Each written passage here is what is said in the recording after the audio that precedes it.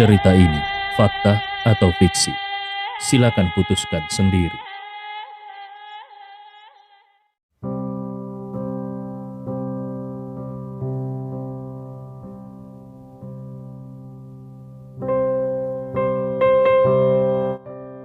Perawat muda itu memeluk bantal untuk menutupi tubuhnya dan dengan sedih berkata, "Tuan Cliff, kau tidak bisa menuduhku tanpa bukti. Kalau bukan karena kau yang menginginkannya, bagaimana mungkin aku melakukan hal yang mengkhianati pacarku? Aku dan pacarku memiliki hubungan yang sangat baik." Cliff marah besar dan memaki, "Kau masih punya pacar?" Perawat muda itu dengan mata berlinang berkata, "Aku sudah bersama pacarku selama beberapa tahun. Kami sebenarnya berencana untuk menikah tahun ini. Kalau dia tahu tentang ini, aku tidak akan bisa hidup lagi." Cliff merasa sangat marah. Sementara ayahnya Mark dengan wajah gelap berkata kepada perawat muda itu, "Aku akan memberimu 50 juta. Segera keluar dari ruangan ini dan dari rumah sakit ini." Perawat muda itu langsung merasa sangat senang mendengar bahwa dia akan mendapat 50 juta. Dia segera mengenakan seragam perawatnya dengan gembira dan berlari keluar. Pada saat ini, dokter juga sudah datang dan membawa nenek yang jatuh ke ruang pemeriksaan. Kakek dan ayah Cliff mengikuti nenek, meninggalkan ibu Cliff, Nina, di ruang perawatan. Nina sangat marah. Dia melihat Cliff dan memarahinya. "Bagaimana mungkin kau begitu tidak tahu sopan santun? Kau bisa melakukan itu di mana saja. Tapi kenapa harus di rumah sakit? Kau tahu betapa marahnya kakekmu melihat ini?" Cliff menundukkan kepalanya. "Ibu, aku salah." Dia merasa sangat bersalah seperti seorang anak kecil. Nina tidak bisa menahan diri untuk menghela nafas dan berkata, "Kau tahu, kakekmu sangat mementingkan darah keluarga Hartanto. Siapapun dari keturunan keluarga Hartanto yang membuat wanita tidak terhormat hamil, tidak akan pernah mendapatkan kepercayaan dari kakek. Kau tahu apa yang terjadi dengan sepupu-sepupumu yang membuat masalah serupa?" Cliff sangat tahu bahwa sepupu-sepupunya yang pernah membuat wanita tidak terhormat hamil diasingkan dari keluarga Hartanto dan dikirim ke tempat lain untuk mengurus bisnis kecil yang tidak penting, tanpa akses ke sumber daya keluarga. Mereka adalah anak yang diasingkan dari keluarga Hartanto. Kakeknya sangat bangga dengan darah keluarga mereka. Keluarga Hartanto berasal dari latar belakang yang terhormat. Bagi kakeknya, hanya wanita terhormat yang layak meneruskan garis keturunan mereka. Jadi, Cliff merasa sangat takut. Untungnya, keluarganya datang tepat waktu. Kalau tidak, dan perawat muda itu akhirnya hamil, dia pasti akan diasingkan seperti sepupu-sepupunya. Dia dengan sungguh-sungguh berkata kepada ibunya, "Ibu, jangan khawatir. Aku tidak akan melakukan hal seperti ini lagi." Nina menghela nafas dan berkata dengan serius, "Tidak ada gunanya mengatakan ini padaku. Kau harus meminta maaf pada kakekmu dan pastikan dia memaafkanmu. Mengerti?" Cliff mengangguk cepat. "Baik, Bu." Lalu dengan cemberut dia bertanya, "Ibu, bagaimana kalian bisa datang begitu cepat? Kupikir kalian butuh waktu setidaknya 30 menit. Nina melotot padanya dan berkata dengan marah, "Kami awalnya akan naik mobil. Tapi karena nenekmu sangat khawatir, jadi kami memutuskan untuk naik helikopter. Siapa sangka kami akan menemukanmu dalam situasi seperti ini. Sekarang, cepat ganti pakaianmu dan pergi lihat nenekmu." Cliff mengangguk dan segera mengenakan pakaiannya. Nina bertanya kepadanya, "Apa yang sebenarnya terjadi ketika kau pergi ke Makassar? Kenapa baru saja sampai, kau sudah langsung kembali? Ibu mendengar kalau kau menelan liontin kalung rubi. Apakah itu adalah kalung yang ibu pilihkan untukmu untuk diberikan kepada putri tertua keluarga Wirawan? Sebenarnya apa yang terjadi?"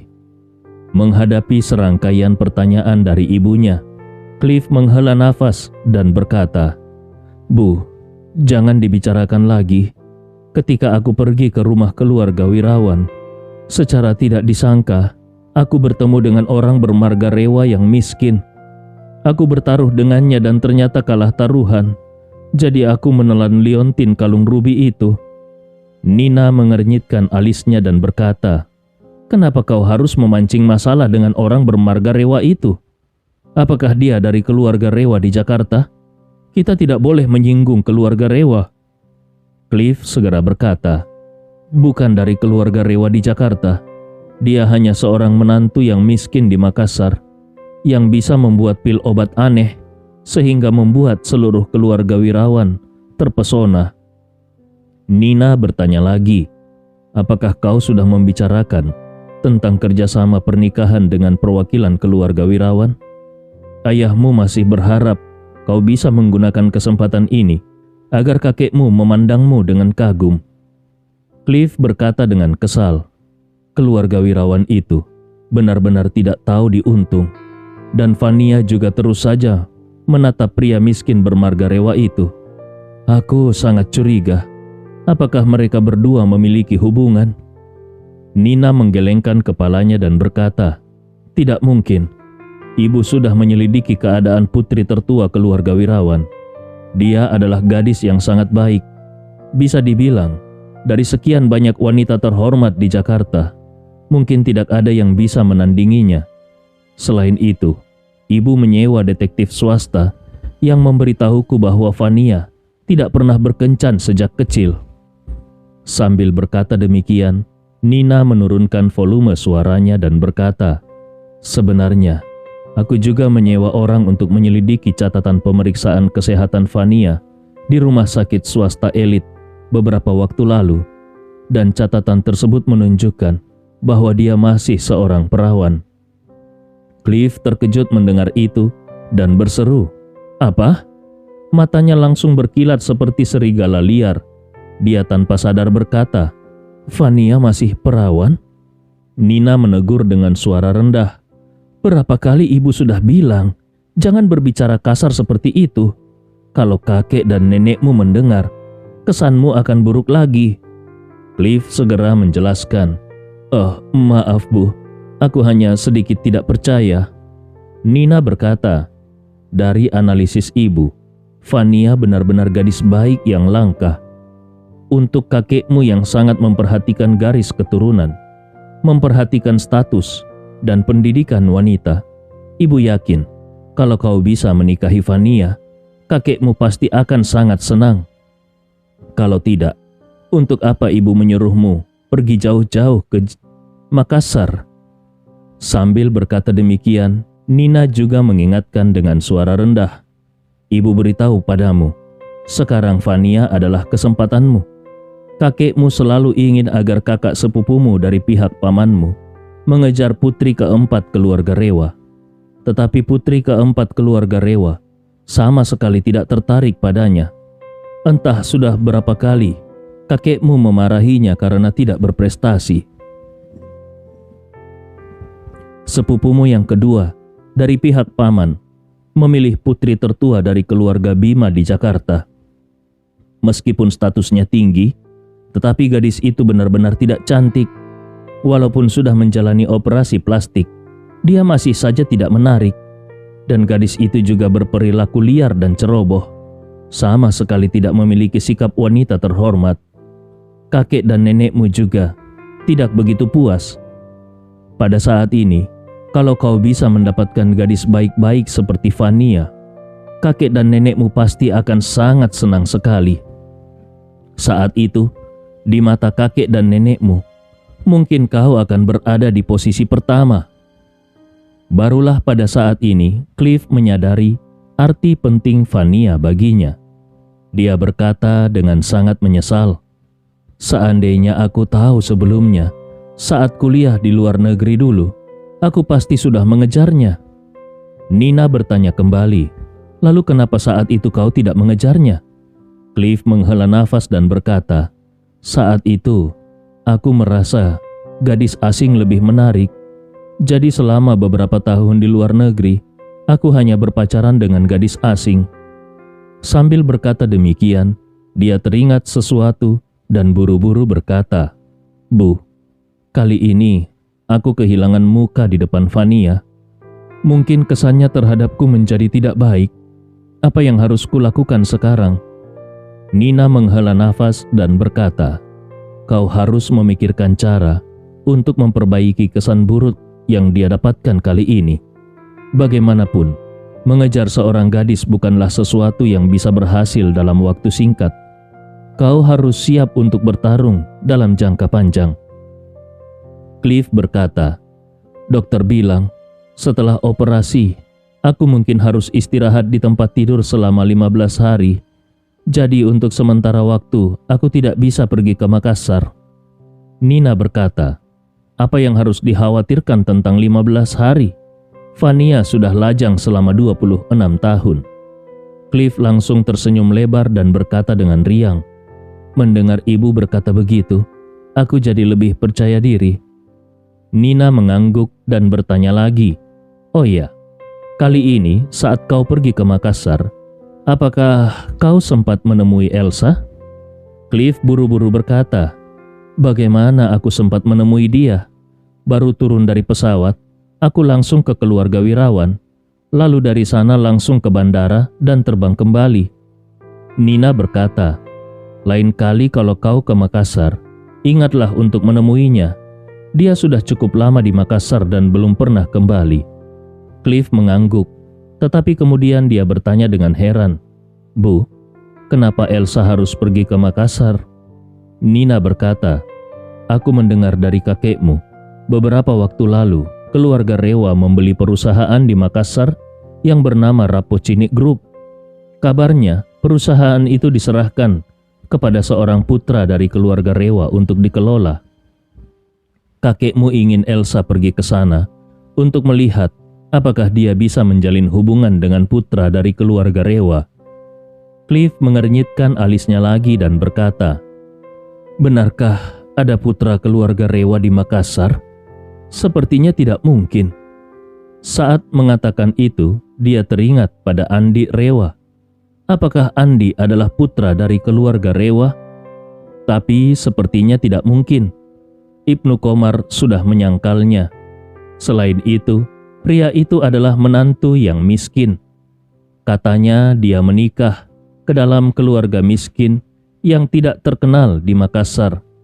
Jadi tidak mungkin dia merupakan putra dari keluarga Rewa. Pada saat ini Nina juga merasa ragu dan berkata, "Awalnya ibu juga berpikir, mungkin direktur utama grup Rapocini adalah putra dari keluarga Rewa. Tapi menurut Elsa, dia belum pernah melihat wajah direktur utama itu. Jadi aku curiga, meskipun direktur utama adalah putra dari keluarga Rewa, tetapi dia mungkin tidak berada di Makassar. Mungkin dia tetap di Jakarta dan mengendalikan semuanya dari jauh. Atau hanya memegang jabatan direktur utama dan sebenarnya tidak mau repot mengurus. Bagaimanapun, keluarga Rewa memiliki bisnis yang sangat besar. Jadi perusahaan kecil seperti grup Rapocini mungkin tidak berarti apa-apa bagi mereka." Cliff bertanya dengan heran, "Lalu kenapa membiarkan Elsa tetap di sana? Kenapa tidak segera memintanya pulang?" Nina berkata, "Kakekmu memang ingin dia pulang, tapi dia tidak mau. Jadi kakekmu membiarkannya saja."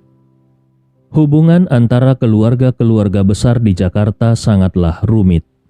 Mereka seperti bangsawan di zaman dulu yang saling menikah dan memiliki hubungan sangat erat. Bagaimanapun, setiap keluarga memiliki putra dan putri, dan ketika mereka mencapai usia pernikahan, pernikahan menjadi suatu keharusan. Standar keluarga-keluarga besar ini sangat tinggi, jadi mereka tidak mungkin memilih menantu atau menantu perempuan dari keluarga biasa. Mereka hanya akan mencari pasangan yang cocok di antara keluarga-keluarga besar lainnya. Bisa dikatakan bahwa tidak ada keluarga besar yang tidak menikah dengan keluarga besar lainnya. Bahkan, beberapa keluarga besar yang memiliki banyak anggota sering kali menjalin hubungan pernikahan dengan beberapa keluarga besar sekaligus. Ibu Cliff, Nina, adalah putri keluarga Rahman dan juga bibi dari Elsa. Dia menikah dengan ayah Cliff, yaitu Mark Hartanto, 35 tahun yang lalu. Pada saat itu, ketika keluarga Hartanto dan keluarga Rahmana terikat dalam pernikahan, kekuatan keluarga Rahman bahkan lebih kuat daripada keluarga Hartanto. Namun selama bertahun-tahun ini, keluarga Rahman terus menurun, sedangkan keluarga Hartanto terus naik, sehingga perbedaan antara kedua keluarga ini semakin lebar. Namun tuan dan nyonya dari keluarga Hartanto selalu sangat menyayangi Nina. Ini terutama karena setelah Nina menikah ke dalam keluarga mereka, keluarga Rahman memang banyak membantu keluarga Hartanto. Setelah Nina menikah dengan Mark, dia melahirkan 3 putri dan baru pada kehamilan keempat melahirkan Cliff, sehingga Cliff sangat dimanjakan. Tahun ini Cliff sudah berusia 27 tahun, hampir 28. Jadi Nina mulai khawatir tentang pernikahan putranya. Pertama-tama dia mencari di kalangan keluarga-keluarga besar di Jakarta, tetapi tidak menemukan kandidat yang memuaskan. Putri keluarga Surya dan keluarga Rewa memiliki status dan kedudukan yang sangat tinggi, dan setiap keluarga menginginkan pernikahan dengan mereka.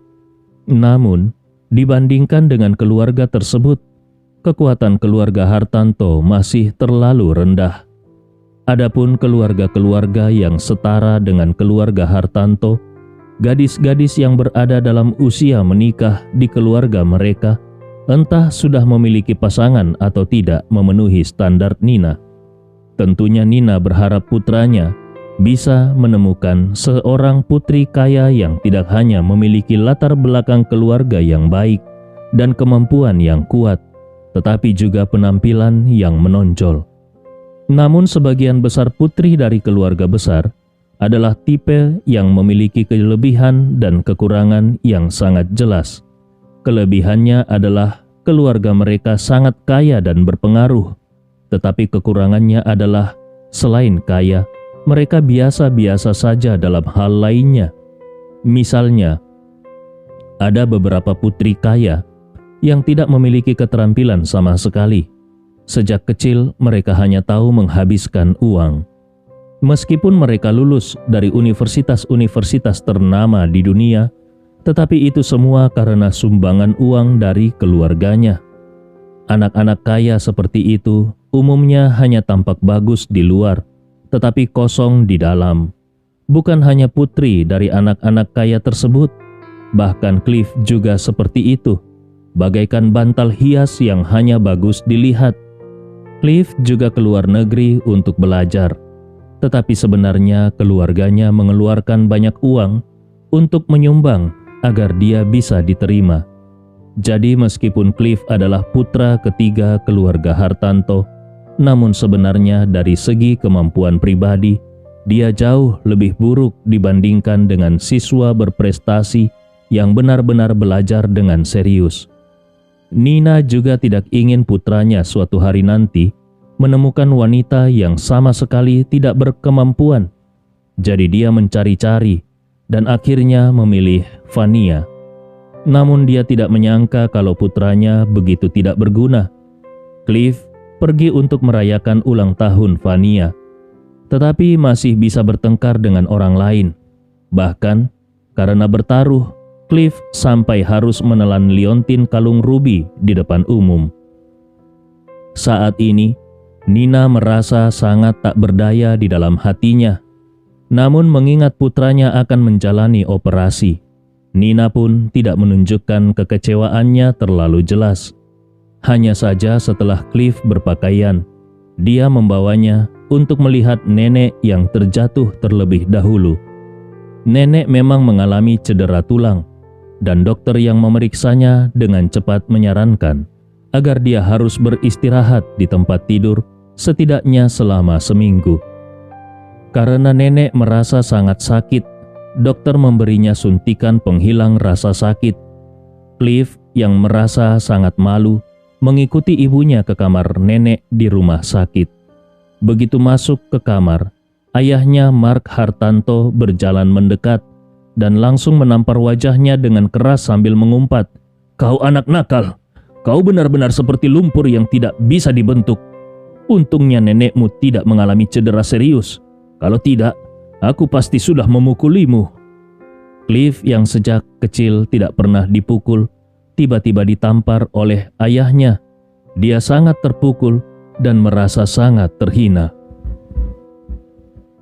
Nenek yang melihat putranya memukul cucunya merasa sedikit kasihan dan berkata, "Sudahlah, Mark, Cliff masih muda. Meski kejadian ini memalukan, kita masih bisa memahaminya." Kakek tidak sebaik hati nenek. Dia menatap Cliff dan berkata dengan suara dingin, "Sekalipun masih muda, dia sudah dewasa. Seorang dewasa yang tidak bisa mengendalikan dirinya sendiri. Apakah masih bisa diharapkan untuk mencapai sesuatu?" Mendengar ini, kaki Cliff gemetar.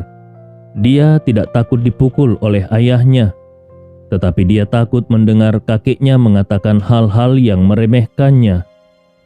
Karena kalau kakeknya benar-benar memiliki pendapat buruk tentangnya, itu akan berdampak besar pada posisinya di keluarga di masa depan.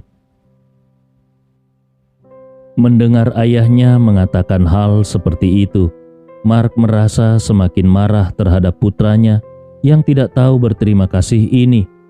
Dia kemudian mengangkat tangan dan menamparnya lagi sambil memarahi, "Anak memalukan. Kalau aku tahu kau berbuat hal yang sama lagi, aku pasti akan mematahkan kakimu." Sambil memegangi pipinya yang merah, Cliff berbicara dengan suara serak, "Kakek, ayah, aku benar-benar tahu kesalahanku. Aku tidak akan melakukan kesalahan ini lagi." Kakek itu mendengus dingin, "Aku tidak seperti nenekmu yang selalu memanjakan kalian cucu-cucunya. Tapi prinsipku dalam melakukan sesuatu sangat kuat. Kalau kau berbuat salah lagi, tinggalkan Jakarta dan jangan pernah kembali." Cliff buru-buru mengangguk dan berkata dengan hormat, "Kakek, tenang saja. Aku benar-benar tidak akan melakukan kesalahan yang sama lagi." Barulah kemudian ekspresi kakek menjadi sedikit melunak.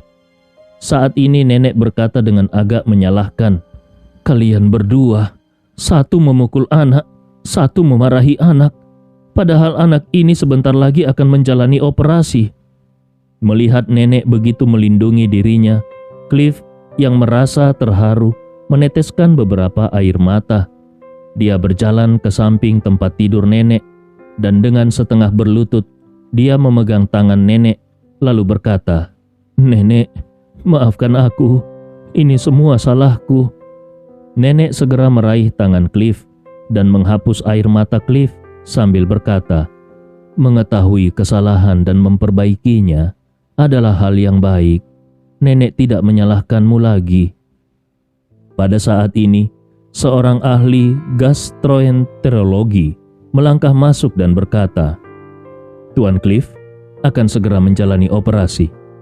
Mark mengangguk dan berkata kepada Cliff, "Ini hanya operasi kecil. Ikuti dokter. Aku akan tetap di sini menemani nenekmu." Cliff buru-buru mengangguk dan dengan patuh menyetujui. Melihat ini, nenek segera berkata kepada Nina, "Nina, kau tidak perlu tinggal di sini menjagaku. Pergi dan temani anakmu."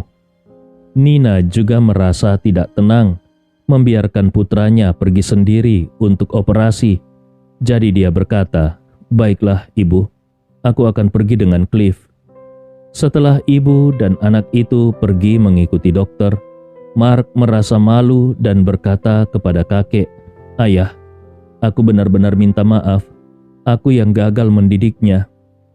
Kakek dengan wajah tanpa ekspresi mengibaskan tangannya dan berkata, "Cliff sudah hampir 28 tahun. Saatnya dia harus menetap. Seorang pria yang belum menikah tidak akan pernah dewasa. Segera carikan dia gadis yang cocok dan segera nikahkan dia." Mark buru-buru berkata, "Ayah, aku dan Nina sudah menemukan calon yang cocok untuknya. Dia adalah putri keluarga wirawan di Makassar.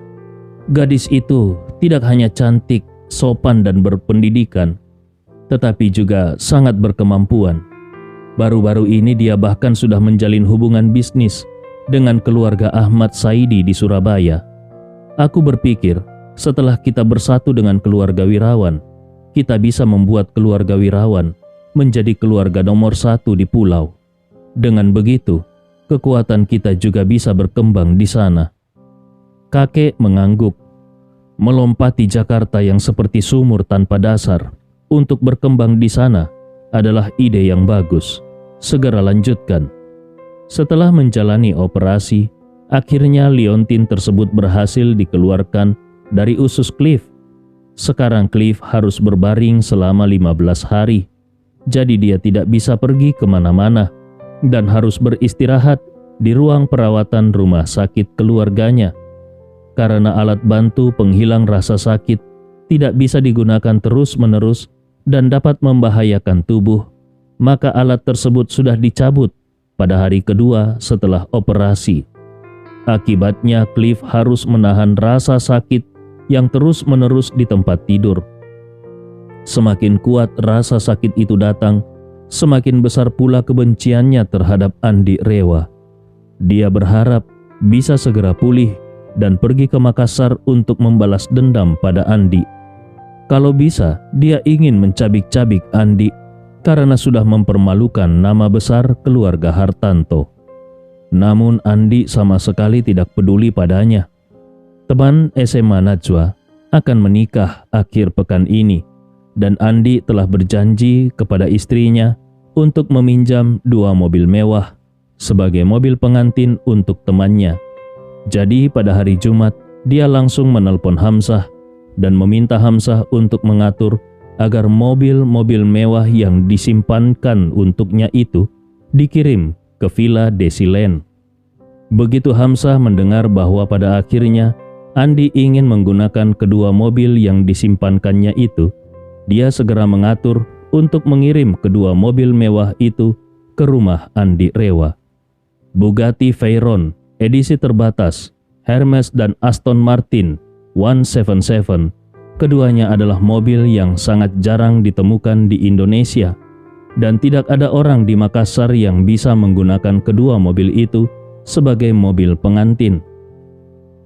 Setelah mobil-mobil tersebut dikirim, bahkan meskipun diparkir di kawasan villa mewah kelas atas seperti Desiland, tetap saja mobil-mobil tersebut mencuri perhatian dan membuat banyak orang kaya merasa iri dan menginginkannya. Ketika Carla melihat kedua mobil itu diparkir di halaman rumahnya, dia terkejut. Dia mengelilingi kedua mobil itu beberapa kali dan dengan sangat bersemangat bertanya kepada Najwa, "Putriku, dari mana kau mendapatkan 2 mobil ini? Ini luar biasa." Najwa berkata, "Bu, kedua mobil ini dipinjam oleh Andi dari Tuan Hamzah.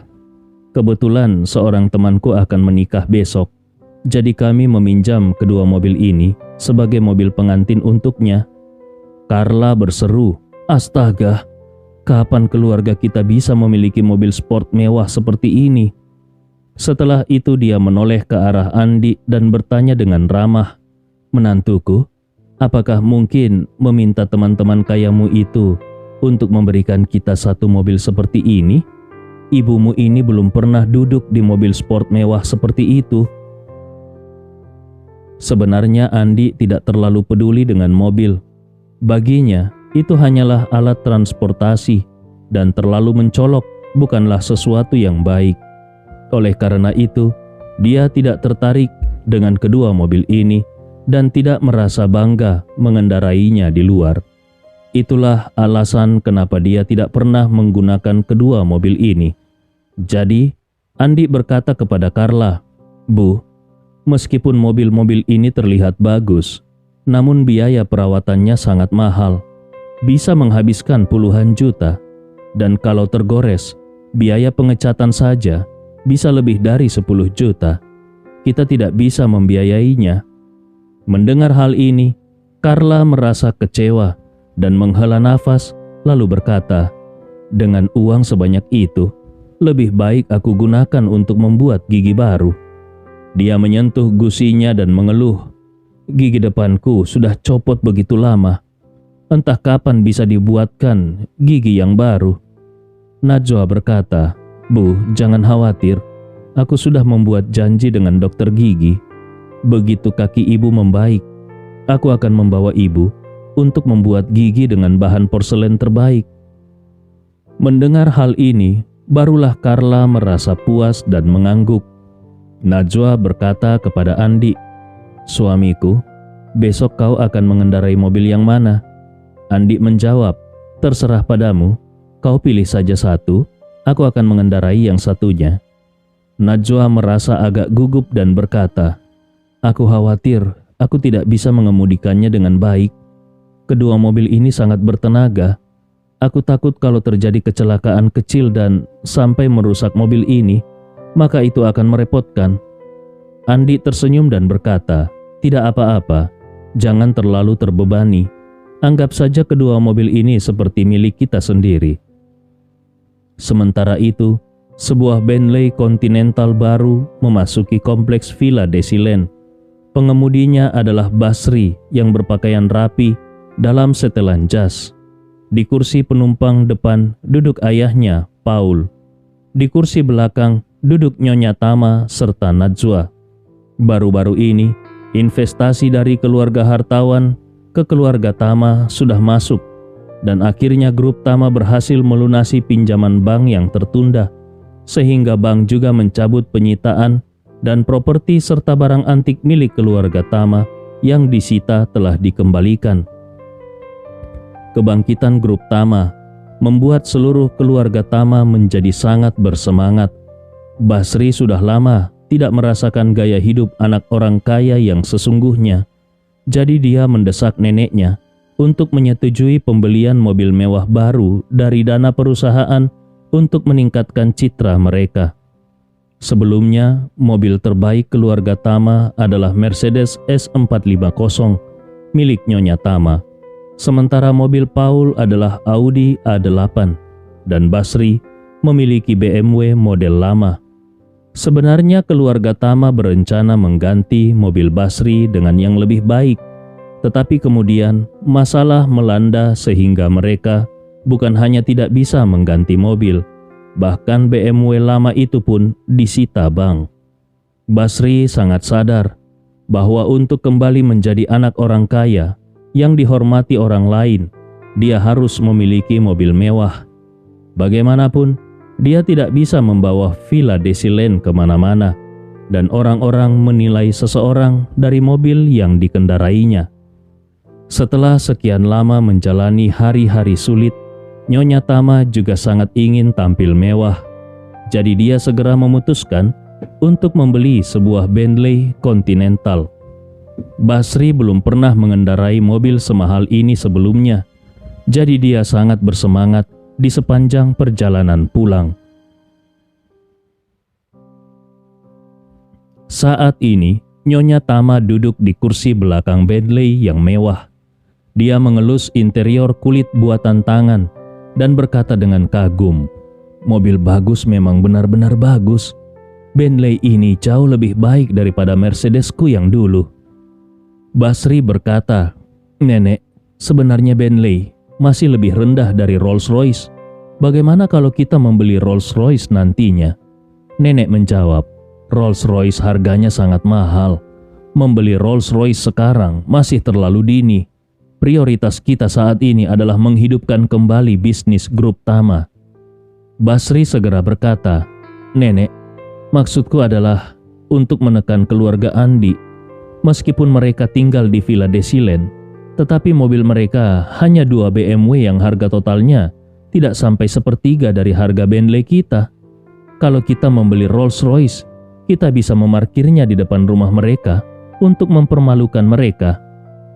Saat ini Kasna berkata, "Kakak, untuk mempermalukan keluarga miskin seperti mereka, tidak perlu Rolls-Royce. Bentley ini sudah lebih dari cukup." Nyonya Tama mendengus dan berkata, "Tepat sekali. Basri, langsung saja pergi ke rumah mereka. Aku ingin mengejek mereka. Sebelumnya, aku memanggil mereka kembali ke grup Tama, tetapi mereka menolak. Sekarang grup Tama sudah bangkit kembali. Aku ingin melihat apakah mereka merasa menyesal. Nyonya Tama selalu merasa sangat tidak puas dengan keluarga Andi. Dulu dia dengan segala cara memohon mereka untuk kembali, tetapi tidak ada yang mempedulikannya. Sekarang dia sudah mendapatkan investasi besar dari keluarga hartawan, jadi dia sama sekali tidak perlu memikirkan mereka lagi. Selain itu, Nyonya Tama merasa bahwa keluarga Andi hanyalah seperti harimau kertas. Mereka tampak seolah-olah memiliki villa di Desiland, tetapi sebenarnya tidak lebih dari itu. Andi tidak bekerja. Dia hanya berdiam di rumah dan tidak memiliki penghasilan. Sementara itu, meskipun Najwa memiliki studio, namun skalanya sangat kecil dan penghasilannya mungkin tidak terlalu besar. Jadi Nyonya Tama yakin bahwa meskipun keluarga Andi bisa tinggal di Villa Desiland, namun mereka pasti tidak memiliki banyak uang seperti dirinya saat ini. Dulu ketika dia butuh mereka untuk kembali, dia harus memohon di depan mereka dengan berbagai cara hingga kehilangan muka. Tetapi mereka meremehkannya dan enggan kembali ke keluarga Tama. Sekarang keluarga Tama sudah melewati masa sulit. Saatnya untuk mengembalikan harga dirinya yang hilang. Bentley Continental berhenti di depan villa keluarga Andi. Basri melihat neneknya dan bertanya, "Nenek, apakah aku harus turun dan mengetuk pintu?" Nyonya Tama menjawab dengan dingin, "Tidak perlu, bunyikan saja klaksonnya dan biarkan Carla keluar." Paul menoleh dan melihat lebih dari 20 tank top merah tergantung di balkon Carla. Lalu dengan marah dia berkata, "Carla ini benar-benar keterlaluan. Sudah berhari-hari dan tank top terkutuk itu belum juga diambil. Kurang ajar." Nyonya Tama berkata dengan santai, "Biarkan dia menggantung kalau dia mau. Itu hanya tank top saja. Kusarankan kau juga tidak terlalu memikirkannya. Sekarang Novia sudah menggugurkan anak haram itu. Jadi tidak perlu memikirkan masalah ini lagi." Paul berkata dengan marah, "Wanita itu bukan hanya hamil anak haram orang lain, tetapi juga menularkan penyakit padaku. Sekarang aku harus menjalani infus 6 botol setiap hari di rumah sakit, dan dokter bilang itu harus dilakukan setidaknya selama sebulan. Semua ini karena dia." Nyonya Tama dengan acuh berkata, "Selama kau terus memikirkannya, orang lain akan selalu punya alasan untuk menyerangmu. Seperti tank top merah yang digantung Carla ini. Kalau kau tidak memikirkan masalah Novia, bahkan kalaupun dia menggantung 200 tank top merah, itu tidak masalah. Pada akhirnya masalahnya adalah kau memberi orang lain celah. Jadi ketika orang lain mempermalukanmu, jangan salahkan orang lain." Mendengar ini, Paul hanya bisa mendesah. Sekarang dia dan Novia sudah benar-benar terpisah. Alasan mereka belum bercerai adalah karena Doni dari keluarga hartawan tidak mengizinkannya. Kalau dia terus menganggap masalah ini sebagai aib besar, seperti yang dikatakan ibunya, maka itu akan selalu menjadi kelemahan bagi lawan. Memikirkan hal ini, dia menggertakkan gigi dan berkata, "Bu, aku mengerti maksudmu. Biar saja Carla menggantung tank top itu. Aku akan berpura-pura tidak melihatnya." Nyonya Tama mengangguk puas dan berkata kepada Basri, "Basri, cepat bunyikan klaksonnya dan buat Carla keluar." Basri mengangguk, "Baik nenek." Lalu dengan senyum bangga di wajahnya, dia menekan klakson mobil.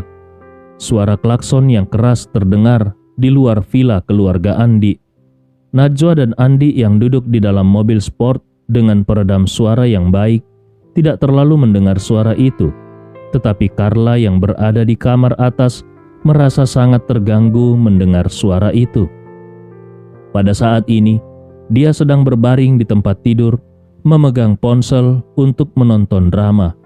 Selama beberapa waktu ini, dia merasa bosan di rumah setiap hari.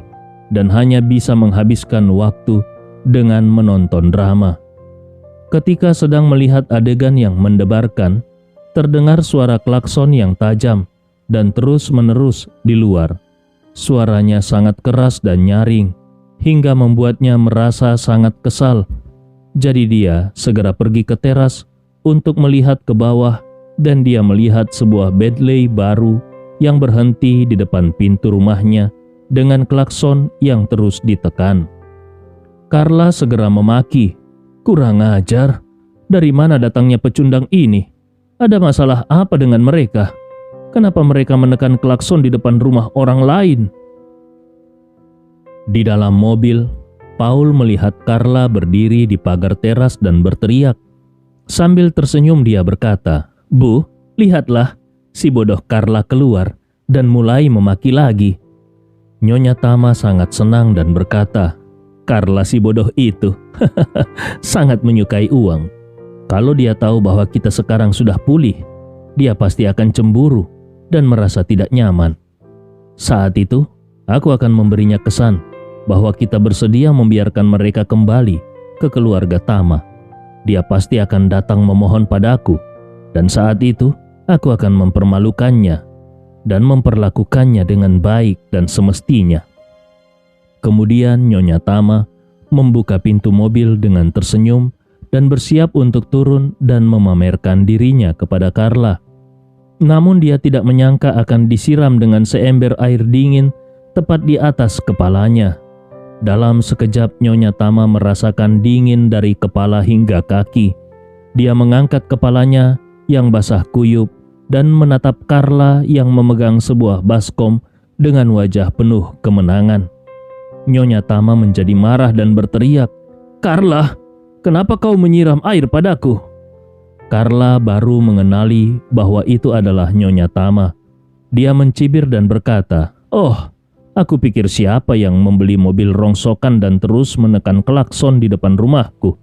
Ternyata kau, orang tua yang hampir mati. Kenapa? Apakah menantu perempuanmu bekerja sambilan di tambang batu bara dengan menjual diri dan menghasilkan uang sampai bisa membelikanmu mobil baru? Mobil rongsokan apa ini? Terlihat cukup menakutkan." Nyonya Tama marah dan berkata, "Kau tidak tahu berterima kasih. Ini adalah Bentley Continental, diimpor langsung dari Inggris. Harganya lebih dari $3 juta." Carla bersandar di pagar dengan wajah mengejek dan berkata, "Oh, hanya dengan mengendarai mobil seharga lebih dari $3 juta, kau sudah merasa hebat. Kau tahu tidak, mobil apa yang dikendarai putriku dan menantuku?" Nyonya Tama tertawa sinis dan berkata, "Putrimu hanya mengendarai BMW 520, bukan? Kuberitahu padamu, mobilku ini bisa membeli 10 mobilnya." Carla mendengus dan berkata, "Lihat, betapa sombongnya kau. Hanya Bentley seharga $3 juta saja. Tidak ada apa-apanya. Menantuku punya 2 mobil mewah top, yang mana harganya $4-50 juta dan bisa membeli 10 mobilmu. Lihat, betapa tidak tahunya kau tentang dunia." Saat itu juga Basri menurunkan jendela mobil dan menjulurkan kepalanya dari kursi pengemudi, lalu dia mengejek Carla dengan suara dingin. Sudah kehilangan gigi, tapi kau masih suka membual. Bagaimana mungkin si pecundang Andi bisa mengendarai mobil seharga $4-50 juta? Dia bahkan tidak layak untuk menyentuhnya." Carla meludahkan beberapa biji semangka ke arah Basri dan dengan merendahkan dia berkata, "Basri, jangan berdebat dengan bibi di sini. Pergilah ke rumah sakit dan periksakan apakah kau benar-benar anak keluarga Tama. Bagaimanapun juga, ibumu terkenal suka bermain dengan pria lain. Mungkin saja 20 tahun yang lalu dia sudah mengkhianati ayahmu." Basri sangat marah ketika Carla membawa masalah perselingkuhan ibunya, dan dia berteriak dengan marah, "Jangan bicara omong kosong. Kalau kau terus berbicara omong kosong, aku akan memotong lidahmu." Carla menjulurkan lidahnya dan berkata, Ayo, potonglah. Dasar anak haram, kau pikir kau sangat hebat. Basri sangat marah. Dia membuka pintu mobil dan melompat keluar sambil berteriak memaki. Nyonya Tama menghentikannya dan berkata, Basri, kau jangan bicara. Biar aku yang bicara dengannya. Akhirnya Basri menutup mulutnya dengan kesal. Nyonya Tama dengan sombong berkata, Carla, ku beritahu kepadamu, keluarga Tama sekarang sudah berbeda. Kami sudah menerima investasi dan keluarga Tama sudah melewati krisis utang. Sekarang grup Tama akan dibuka kembali. Apakah kau iri? Kalau kau memohon padaku dengan baik, mungkin aku akan dengan murah hati mengizinkan Najwa dan Ridwan kembali bekerja di grup Tama. Saat itu, uang pensiunmu juga bisa dipulihkan kembali. Cerita ini fakta atau fiksi? Silakan putuskan sendiri.